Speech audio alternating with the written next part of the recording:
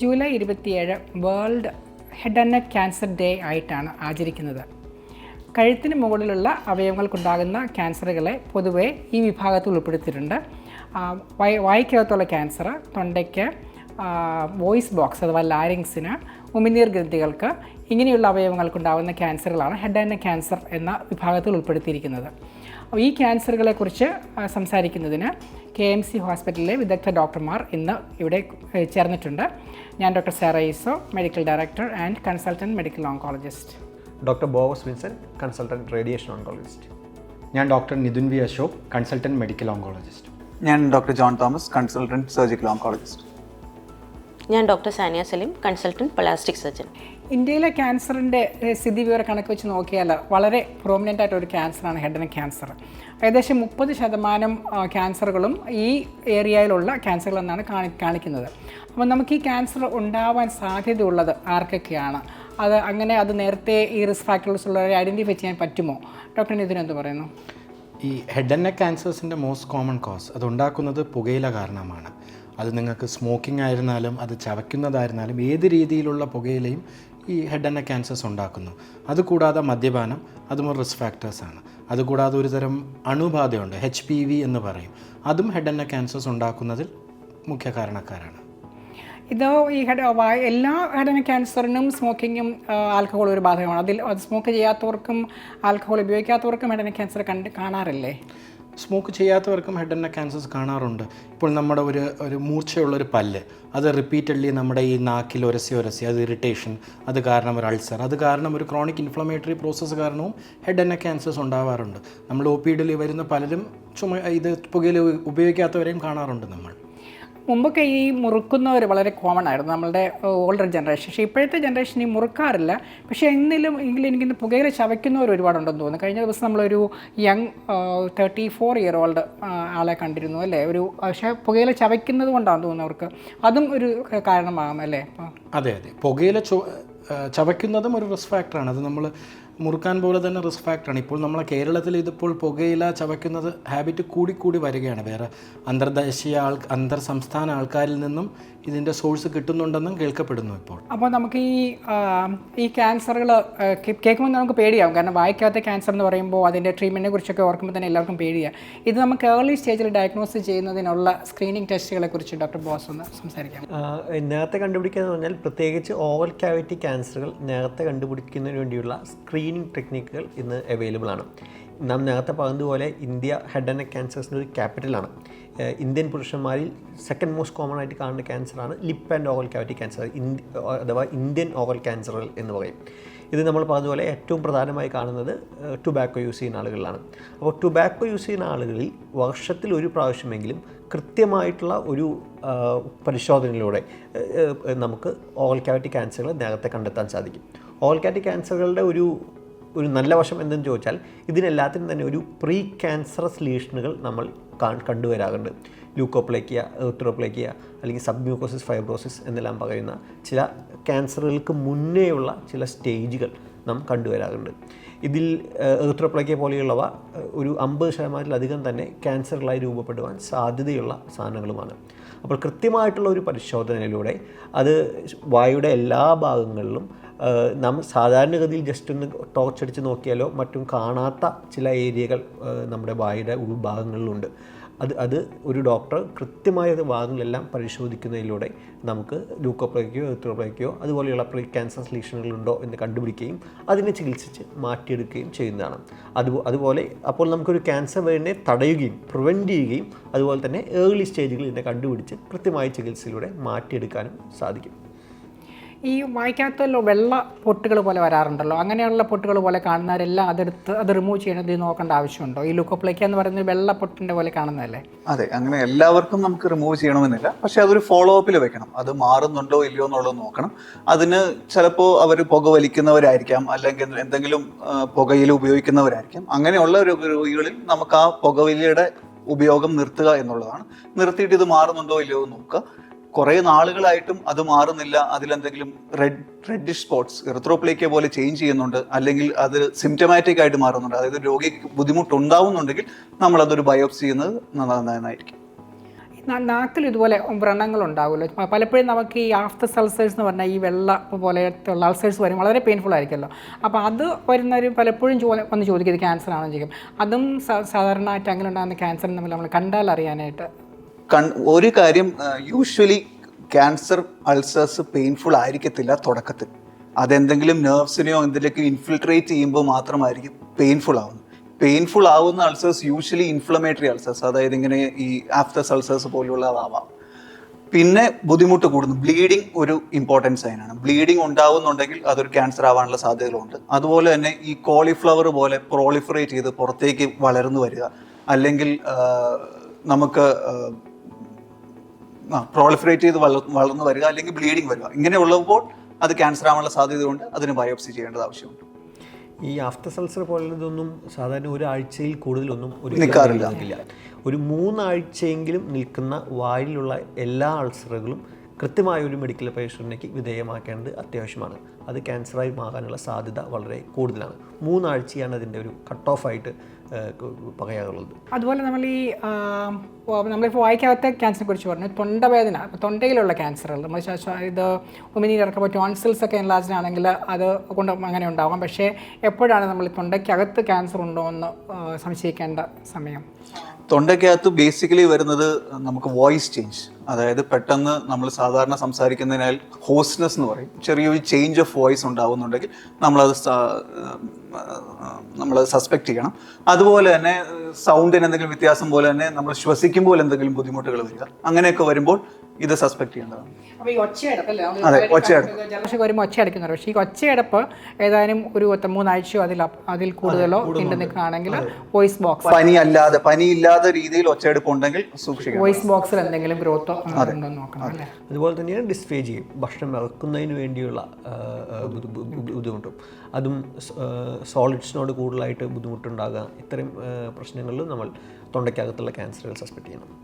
അതുപോലെ ഈ ഉമിനീർ ഗ്രന്ഥികളുടെ ക്യാൻസറും head and neck cancer വരുമല്ലോ, പക്ഷേ വളരെ റെയറാണ്. എന്നാൽ പോലും ഈ ചെവിക്ക് താഴെയുള്ള പരോട്ടിക് ഗ്ലാൻഡ് വലുതാകുക, അത് പെട്ടെന്ന് അതിൻ്റെ വലിപ്പം കൂടുക, അങ്ങനെയുള്ളതൊക്കെ കണ്ടാലും ഈ ഹെഡ് ആൻഡ് നെക്ക് ക്യാൻസറിൻ്റെ ലക്ഷണങ്ങളാണ് നമ്മൾ നോക്കേണ്ടത് അല്ലേ. അതെ, തീർച്ചയായും.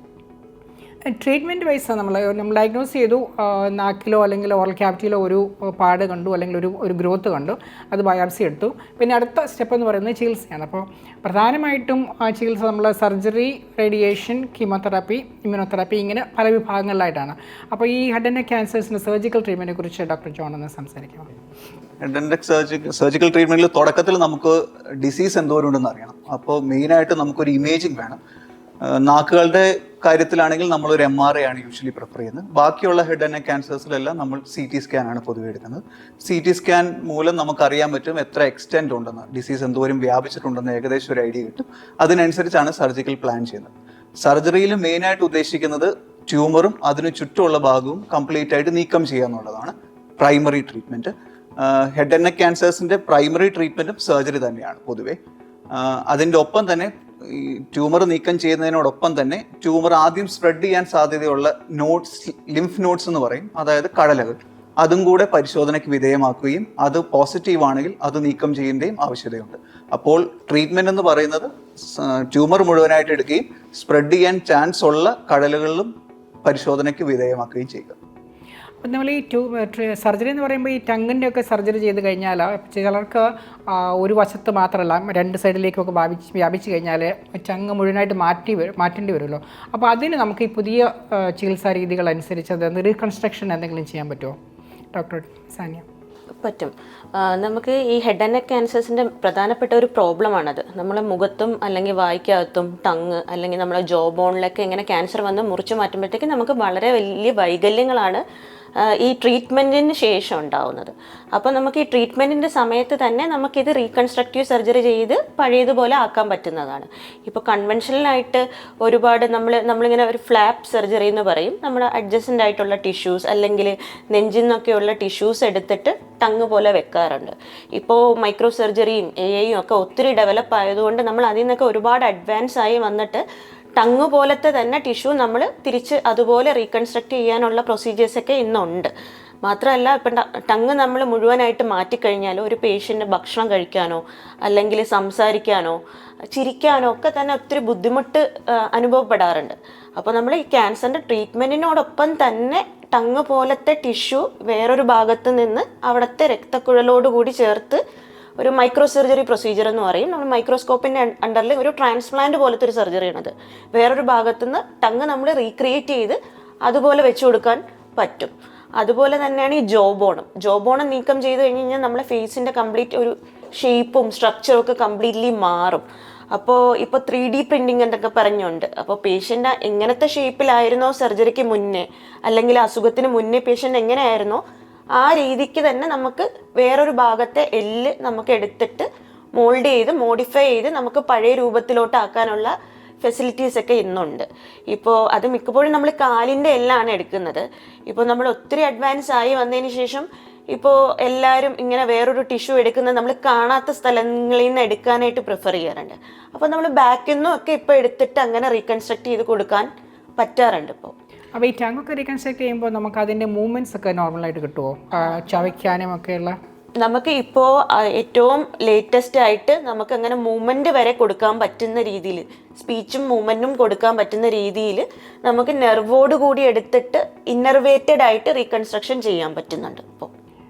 ഈ ടങ് റീകൺസ്ട്രക്ഷന് ശേഷം അതിൻ്റെ ഫങ്ഷൻ റെഡിയാകുന്നതിന് വേണ്ടി എന്തെല്ലാം എക്സസൈസുകളോ മറ്റ് ട്രീറ്റ്മെൻറ്റുകളോ ആവശ്യം വരാറുണ്ടോ? അതെങ്ങനെയാണ്? ഉണ്ട്. നമുക്കൊരു സ്പീച്ച് ആൻഡ് സ്വോളോയിങ് തെറാപ്പിസ്റ്റിൻ്റെ ഹെൽപ്പോട് കൂടി പേഷ്യൻസിനെ നമ്മൾ അതിനനുസരിച്ച് ട്രെയിൻ ചെയ്യും. ഈ മൂവ്മെൻറ്റിനും സ്വോളോയിങ്ങിനും ഒക്കെ വേണ്ടിയിട്ട് ട്രെയിൻ ചെയ്യുമ്പോഴത്തേക്ക് ഒരു പരിധി വരെ ഒരു യങ് പേഷ്യൻസ് ഒക്കെ ആണെങ്കിൽ ഒരു 90% റിക്കവറി ആയിട്ട് അവർ സംസാരിക്കാറ് വരെ ഉണ്ട്. മറ്റൊരു ചോദ്യം ചോദിക്കട്ടെ. ഈ പ്രത്യേകിച്ച് ടങ് ക്യാൻസറും ഓറൽ ക്യാവിറ്റി ക്യാൻസറും കഴിഞ്ഞു വരുന്ന പേഷ്യൻ്റ്, ഒരു വലിയ വിഭാഗം പേഷ്യൻസിനും റേഡിയേഷൻ ആവശ്യം വരാറുണ്ട്. അപ്പോൾ അങ്ങനെ വരുന്ന പേഷ്യൻസിന് ടങ് റീകൺസ്ട്രക്ഷൻ അല്ലെങ്കിൽ മറ്റൊരു ഭാഗത്ത് റീകൺസ്ട്രക്ഷന് ശേഷം റേഡിയേഷൻ ചെയ്യുന്ന പേഷ്യൻസ് എന്താണ് നോക്കേണ്ടത്? എന്താണ് അവർ? എല്ലാവർക്കും പ്രധാനമായിട്ടൊരു സംശയം വരാറുള്ളത് നമുക്ക് ഈ റീകൺസ്ട്രക്റ്റീവ് സർജറി കഴിഞ്ഞതിന് ശേഷം റേഡിയേഷൻ ചെയ്യാൻ പറ്റുമോ എന്നുള്ളതാണ്. ചെയ്യാൻ പറ്റും. നമ്മൾ ഈ മറ്റൊരു ഭാഗത്തു നിന്ന് എടുത്ത് വെക്കുന്ന ടിഷ്യൂ കുറച്ചുകൂടെ അത് റിസെപ്റ്റീവ് ആയിരിക്കും റേഡിയേഷന് വേണ്ടിയിട്ട്. പിന്നെ അത് അങ്ങനെ ഒരു ട്രീറ്റ്മെൻറ്റിന് ഹെൽപ്പ് ചെയ്യുന്നതായിട്ടാണ് കണ്ടിട്ടുള്ളത്. അപ്പോൾ അല്ലാണ്ട് വേറെ അവർക്ക് ബുദ്ധിമുട്ട് വരുമോ, റേഡിയേഷൻ എന്തെങ്കിലും താമസം വരുമോ, അങ്ങനെയൊന്നും ഉണ്ടാവാറില്ല. റേഡിയേഷൻ ശേഷം ഈ ടിഷ്യൂ നെക്രോസിസ് കൂടുതലായി പോകാനുള്ള സാധ്യതകളുണ്ടോ? ഇല്ല, നമ്മൾ അങ്ങനെ ടിഷ്യൂ നെക്രോസിസ് ഒന്നും ഇല്ല. നമുക്കിങ്ങനെ ഇപ്പോൾ ഇനിഷ്യലി നമ്മൾ ചെയ്യുമ്പോൾ ഇതിനൊക്കെ കുറച്ചുകൂടി ഒരു വലിപ്പം കൂടുതലായിരിക്കും. പക്ഷേ റേഡിയേഷന് ശേഷം ചെറിയൊരു വലിപ്പക്കുറവ് കാണാറുണ്ട്. ഇപ്പോൾ ടങ്ങിൻ്റെ സൈസിൽ നമ്മൾ കുറച്ച് വലുതായിട്ട് എടുത്ത് വെച്ച് കഴിഞ്ഞിരുന്നാലും റേഡിയേഷന് ശേഷം അത് പഴയ ടങ് പോലെ തന്നെ ചുരുങ്ങി കറക്റ്റ് ടങ്ങിൻ്റെ ഒരു ഷേപ്പിലോട്ട് പോകാറുണ്ട്. അപ്പം നമ്മൾ ഈ സർജറി ചെയ്യുന്ന കൂടെ തന്നെ റീകൺസ്ട്രക്ഷൻ ഒരു ഒറ്റ സിറ്റിങ്ങിൽ ചെയ്യാൻ പറ്റുമോ? നിങ്ങൾ രണ്ട് ഡിപ്പാർട്ട്മെൻറ്റ് സർജിക്കൽ ഓങ്കോളജിയും പ്ലാസ്റ്റിക് സർജറി ഒരുമിച്ചായിരിക്കുമോ? അതെ, ഒറ്റ സെറ്റിംഗിലാണ് ചെയ്യാൻ പറ്റും. അല്ലെങ്കിൽ പ്രശ്നം എന്താണെന്ന് വെച്ചാൽ നമ്മൾ വീണ്ടും കുറച്ച് നാളുകൾക്ക് ശേഷം വീണ്ടും അനസ്തീഷ്യ കൊടുത്ത്, ഈ സർജറി എന്ന് പറഞ്ഞാൽ തന്നെ ഒരു മോബിലിറ്റിയാണ്, അതായത് വല്ലാത്ത വ്യത്യാസങ്ങൾ വരാം. അപ്പൊ അത് നാളായിട്ട് കുറച്ച് നാൾ രോഗി നടന്ന് അതിന് ശേഷം പിന്നെ വേറൊരു സർജറിക്ക് ചെയ്യാൻ തുടങ്ങുന്നത് ബുദ്ധിമുട്ടാണ്. അപ്പോൾ ഒറ്റ സെറ്റിങ്ങിൽ തന്നെയാണ് യൂഷ്വലി ചെയ്യുന്നത്. പിന്നെ ആകെ ഉള്ളത് അതിന്റെ മാർജിൻസ് നോക്കണം. അതായത് നമ്മൾ സർജറി ചെയ്തതിന് ശേഷം നമ്മൾ ചുറ്റുമുള്ള ഭാഗങ്ങൾ പോസിറ്റീവായിട്ടൊരു മാർജിനുണ്ട്. അതായത് ട്യൂമർ അവിടെ ബാക്കിയുണ്ടെങ്കിൽ പിന്നെ ഈ റീകൺസ്ട്രക്ഷൻ ചെയ്യുന്നത് വൃതാവായി പോകും. അതുകൊണ്ട് അതിന്റെ മാർജിൻ നമ്മൾ ചെക്ക് ചെയ്യുന്നുണ്ട്. ചെക്ക് ചെയ്തതിന് ശേഷമായിരിക്കും റീകൺസ്ട്രക്ഷൻ യൂഷ്വലി ചെയ്യുന്നത്. അപ്പോൾ ഈ സർജറിയും റീകൺസ്ട്രക്ഷനും ഒക്കെ കഴിഞ്ഞാലും ചില ആളുകൾക്ക് കീമോതെറാപ്പി റേഡിയേഷനൊക്കെ വേണ്ടി വരും. അപ്പോൾ ഈ ഹെഡ് ആൻഡ് നെക്ക് ക്യാൻസേഴ്സിന് റേഡിയേഷനെ കുറിച്ച് doctor Boaz, head and neck ക്യാൻസേഴ്സിൻ്റെ ഒരു പ്രധാനപ്പെട്ട ചികിത്സ, സർജറിയുടെ ഒപ്പം തന്നെയുള്ള മറ്റൊരു പ്രധാനപ്പെട്ട ചികിത്സയാണ് റേഡിയേഷൻ എന്ന് പറയുന്നത്. നമ്മൾ ഡിസ്കസ് ചെയ്തുകൊണ്ടിരുന്ന ടങ്ങിൻ്റെയും ഓറൽ ക്യാവിറ്റി ക്യാൻസറിൻ്റെയും സർജറിക്ക് ശേഷം സ്റ്റേജ് 2 മുതൽ മുകളിലേക്കുള്ള ക്യാൻസർ പേഷ്യൻസിന് ഒരു അഡ്ജുവൻ്റ് റേഡിയേഷൻ, സർജറിക്ക് ശേഷം ഒരു റേഡിയേഷൻ തെറാപ്പി ആവശ്യം വന്നേക്കാം. പ്രത്യേകിച്ച് T4 അല്ലെങ്കിൽ കുറച്ചുകൂടി വലിയ ഓപ്പറേഷൻ തുടക്കത്തിൽ ചെയ്യാൻ പറ്റാത്ത രോഗികൾക്ക് നമ്മൾ സർജറി ഒഴിവാക്കി റേഡിയേഷനും കീമോതെറാപ്പിയും ഒന്നിച്ച് ചെയ്യുന്ന റാഡിക്കൽ കീമോ റേഡിയേഷനും വേണ്ടി വന്നേക്കാം. കുറച്ചുകൂടി താഴെയുള്ള ഭാഗങ്ങളിൽ നമ്മൾ ഓവോഫാരിങ്സ് അല്ലെങ്കിൽ സൂപ്രാഗ്ലോട്ടിസ് തുടങ്ങിയ ഭാഗങ്ങളെക്കുറിച്ച് ചിന്തിക്കുമ്പോൾ സർജറിയേക്കാൾ കൂടുതലായിട്ട് ആ ഭാഗങ്ങളിൽ റേഡിയേഷനും കീമോതെറാപ്പിയും ചേർന്നുള്ള ചികിത്സയാണ് കണ്ടുവരുന്നത്. നമ്മുടെ ലാരിഞ്ചൽ ക്യാൻസേഴ്സ്, സ്വനപേടകത്തിൻ്റെ ക്യാൻസറുകളും ഇതുപോലെ തന്നെയാണ്. ഇപ്പോൾ ഓർഗൻ പ്രിസർവേഷൻ സ്ട്രാറ്റജിയുടെ ഭാഗമായി സർജറി ഒഴിവാക്കി റേഡിയേഷൻ ചെയ്യുക എന്നതാണ് പ്രത്യേകിച്ച് സ്റ്റേജ് 1, 2 ക്യാൻസറുകളിൽ ചെയ്തു വരുന്നത്. കുറച്ചുകൂടി അഡ്വാൻസ്ഡ് ആയ സ്റ്റേജുകളിൽ സാധാരണഗതിയിൽ സർജറി ആദ്യം ചെയ്യുകയും പിന്നീട് ആവശ്യമുണ്ടെങ്കിൽ അഡ്ജുവൻ്റ് റേഡിയേഷൻ ചെയ്യുകയും ചെയ്തു വരുന്നു. ഹെഡ് ആൻഡ് നെക്ക് ക്യാൻസറിൽ ഒരു വലിയ വിഭാഗം ആളുകൾക്കും റേഡിയേഷൻ്റെ ആവശ്യം വരാറുണ്ട്. അപ്പോൾ ഈ സാധാരണയായിട്ട് നമ്മൾ പറയുന്ന ഒരു പ്രിൻസിപ്പിൾ നമ്മുടെ ആൻറ്റീരിയർ പാർട്ടിൽ ഫ്രണ്ടിലുള്ള ഓർഗൻസിന് ക്യാൻസർ ഉണ്ടായാൽ സർജിക്കൽ ട്രീറ്റ്മെൻറ്റും, പുറയിലുള്ള അതായത് ഫാരിങ്സ് താഴോട്ടുള്ളതൊക്കെ ആണെങ്കിൽ കീമോതെറാപ്പിയും റേഡിയേഷനും അങ്ങനെയാണ് നമ്മൾ സാധാരണ പറഞ്ഞു വരാറുള്ളത്. അപ്പോൾ ഈ പുതിയ കീമോതെറാപ്പി അഡ്വാൻസസ് എന്തൊക്കെയാണ്? ഇമ്മ്യൂണോതെറാപ്പി അല്ലെങ്കിൽ ടാർഗറ്റ് തെറാപ്പി ഒക്കെ ഈ സിറ്റുവേഷനിൽ ഉപയോഗിക്കാറുണ്ടോ? ഹെഡ് ആൻഡ് നെക്ക് ക്യാൻസേഴ്സിൻ്റെ പ്രൈമറി ട്രീറ്റ്മെൻറ്റ് സർജറിയും റേഡിയേഷനും ചേർന്നിട്ടുള്ളതാണ്. കീമോതെറാപ്പിയുടെ റോൾ ഇനിഷ്യൽ സ്റ്റേജസിൽ കുറവാണ്. എന്നുവെച്ചാൽ കീമോ റേഡിയേഷൻ ഒരുമിച്ച് ചെയ്യുന്ന പേഷ്യൻസിന് ആഴ്ച തോറും നമ്മൾ കീമോ കൊടുക്കാറുണ്ട്. അതുകൂടാതെ വളരെ വലിപ്പമുള്ള ക്യാൻസേഴ്സ് ഓറൽ ക്യാവിറ്റിയിൽ ഉണ്ടെങ്കിൽ അതിനെ ചുരുക്കാൻ വേണ്ടിയിട്ട് നമുക്ക് കീമോ കൊടുക്കാൻ പറ്റും. 1-2 സൈക്കിൾ കൊടുത്ത് അതിനെ ചുരുക്കിയിട്ട് പിന്നെ സർജറിക്ക് വിധേയമാക്കാം. അതുകൂടാതെ ഇപ്പോൾ സർജറിയും റേഡിയേഷനും ചെയ്യാൻ പറ്റാത്ത പേഷ്യൻസ് ഉണ്ട്, അല്ലെങ്കിൽ അതിനപ്പുറത്തേക്ക് ഈ രോഗം വളർന്നിട്ടുണ്ടെങ്കിൽ പിന്നെ ഈ പേഷ്യൻസിൻ്റെ ട്രീറ്റ്മെൻറ്റ് കീമോതെറാപ്പിയും അത് കൂടാതെ ഇമ്മ്യൂണോതെറാപ്പിയും ചേർന്നിട്ടുള്ളതാണ്. അപ്പോൾ ഇമ്മ്യൂണോതെറാപ്പി കൂടാതെ ഇപ്പോൾ നമുക്ക് ടാർഗറ്റഡ് തെറാപ്പി, EGFR ഇൻഹിബിറ്റേഴ്സ് എന്ന് പറഞ്ഞ് സെറ്റുക്സിമാബ് എന്ന് പറയുന്ന ട്രീറ്റ്മെൻറ്റും അവൈലബിൾ ആണ്. അതുകൂടാതെ കുറച്ച് ഓറൽ ടാബ്ലറ്റ്സും അവൈലബിൾ ആണ്, അഫാറ്റിനിബ് എന്നൊക്കെ പറഞ്ഞിട്ട്. ഈ ഓപ്ഷൻസും നമുക്കിപ്പോൾ അവൈലബിൾ ആണ്. അതുകൂടാതെ കുറച്ചുകൂടി അഡ്വാൻസ് ആയിട്ടുള്ള ആളുകളിൽ നമ്മൾ ഇമ്മ്യൂണോതെറാപ്പി ഇപ്പോൾ യൂസ് ചെയ്ത് വരുന്നുണ്ട്. മെറ്റസ്റ്റാറ്റിക്, അതായത് ഈ ക്യാൻസർ മറ്റ് ഭാഗങ്ങളിലേക്ക് സ്പ്രെഡ് ചെയ്തിട്ടുണ്ടെങ്കിൽ കീമോതെറാപ്പിയുടെ കൂടെ തന്നെ ഇമ്മ്യൂണോതെറാപ്പി എന്ന് പറഞ്ഞ മരുന്നുകളും ഉപയോഗിച്ച് ഫലപ്രദമായിട്ട് ഈ രോഗികൾക്ക് കുറച്ചുകൂടെ കൂടുതൽ നാൾ ജീവിക്കാൻ പറ്റുന്ന രീതിയിൽ അഡ്വാൻസ്ഡ് ആയിട്ടുണ്ട് ട്രീറ്റ്മെൻറ്റ്. പുതിയ സർജിക്കൽ ടെക്നിക്സ് ഈ പോസ്റ്റീരിയർ ആസ്പെക്റ്റിലുള്ളതിന് റോബോട്ടിക് സർജറി ചെയ്യാനായിട്ട് പറ്റുന്നു കേട്ടല്ലോ. ഇപ്പോൾ കീമോ മാത്രമല്ല, പണ്ടുള്ള ബുദ്ധിമുട്ട് എന്താണെന്ന് വെച്ചാൽ നാക്കിന്റെ പുറകെ വശം അല്ലെങ്കിൽ ഫാരിങ്സ് എന്നുള്ള രീതിയിലൊക്കെ നമുക്ക് എത്തിപ്പെടാൻ ബുദ്ധിമുട്ടാണ്. അതുകൊണ്ട് സർജറി ചെയ്യാനുള്ള ബുദ്ധിമുട്ടുകളുണ്ട്. പക്ഷേ ഇപ്പോൾ പുതിയ ടെക്നിക്കലായ റോബോട്ടിക് സർജറി, ട്രാൻസോറൽ റോബോട്ടിക് സർജറി മൂലം നമുക്ക് ഉള്ളിൻ്റെ അകത്ത് തന്നെ ചെന്ന് നമുക്ക് ആ ഭാഗങ്ങൾ നീക്കം ചെയ്യുകയും അതുവഴി അവിടെ എത്തിപ്പെടാനുള്ള ബുദ്ധിമുട്ടുകൾ മാറുകയും അതുവഴി നമുക്ക് രോഗികൾക്ക് ക്യാൻസർ നീക്കം ചെയ്യാനുള്ള ഒരു സാധ്യതയും ഇപ്പോൾ തുറന്നു വരുന്നു. അപ്പോൾ ഈ world head and neck cancer ഡേയിൽ നമുക്ക് നൽകാനുള്ള സന്ദേശം എന്താണെന്ന് വെച്ചാൽ ഓറൽ ക്യാവിറ്റി ക്യാൻസേഴ്സ് അല്ലെങ്കിൽ ഹെഡ് ആൻഡ് നെക്ക് ക്യാൻസേഴ്സ് ഉണ്ടാകുവാൻ സാധ്യതയുള്ള റിസ്ക് ഫാക്ടേഴ്സ് ഒഴിവാക്കുക, പുകയില പൂർണ്ണമായിട്ട് ഒഴിവാക്കുക, മദ്യപാനം ഒഴിവാക്കുക, പിന്നെ ഇതുപോലെയുള്ള ക്യാൻസർ ലക്ഷണങ്ങൾ കാണുകയാണെങ്കിൽ എത്രയും പെട്ടെന്ന് വൈദ്യസഹായം നേടുക, യഥാർത്ഥ ചികിത്സ നേടുക. കൂടാതെ എന്തെങ്കിലും ഡോക്ടർ ബാസിന് അഡീഷണൽ പറയാനുണ്ടോ മെസ്സേജായിട്ട്? നമ്മൾ ഡിസ്കസ് ചെയ്തതുപോലെ സർജറിയുടെ ഭാഗത്തു നിന്നായാലും റോബോട്ടിക് സർജറി പോലെയുള്ള പുതിയ ടെക്നിക്കുകൾ വരുന്നു. റേഡിയേഷൻ്റെ ഭാഗത്തു നിന്നായാലും പുതിയ IMRT പോലെയുള്ള പുതിയ റേഡിയോതെറാപ്പി ടെക്നിക്കുകൾ വരുന്നു. മെഡിക്കൽ ഓൺകോളജി ഭാഗത്തു നിന്നാലും ഇമ്മ്യൂണോതെറാപ്പി പോലെയുള്ള പുതിയ ചികിത്സാ രീതികൾ, ഹെഡ് ആൻഡ് നെക്ക് ക്യാൻസർ എല്ലാ ഭാഗത്തു നിന്നും നല്ല റിസൾട്ടുകൾ രോഗിക്ക് കൊടുക്കാൻ വേണ്ടി നല്ല റീകൺസ്ട്രക്ഷൻ ടെക്നിക്കുകൾ വരുന്നു. എല്ലാ തരത്തിലും രോഗിക്ക് ഏറ്റവും നല്ല റിസൾട്ടുകൾ കൊടുക്കുന്ന രീതിയിൽ ഇപ്പോൾ നമ്മുടെ ചികിത്സ ഉയർന്നുകൊണ്ടിരിക്കുകയാണ്. എന്നിരുന്നാലും always prevention is better than cure. അപ്പോൾ ഹെഡ് ആൻഡ് നെക്ക് ക്യാൻസേഴ്സ് വരുന്നതിൽ 90% കാരണവും പുകയിലയുടെ യൂസേജാണ്. പുകയില വിരുദ്ധ സന്ദേശം തന്നെയാണ് ഈ ഹെഡ് ആൻഡ് നെക്ക് ക്യാൻസർ ഡേയിൽ ഞങ്ങൾക്ക് നിങ്ങളുമായി പങ്കുവയ്ക്കാനുള്ളത്.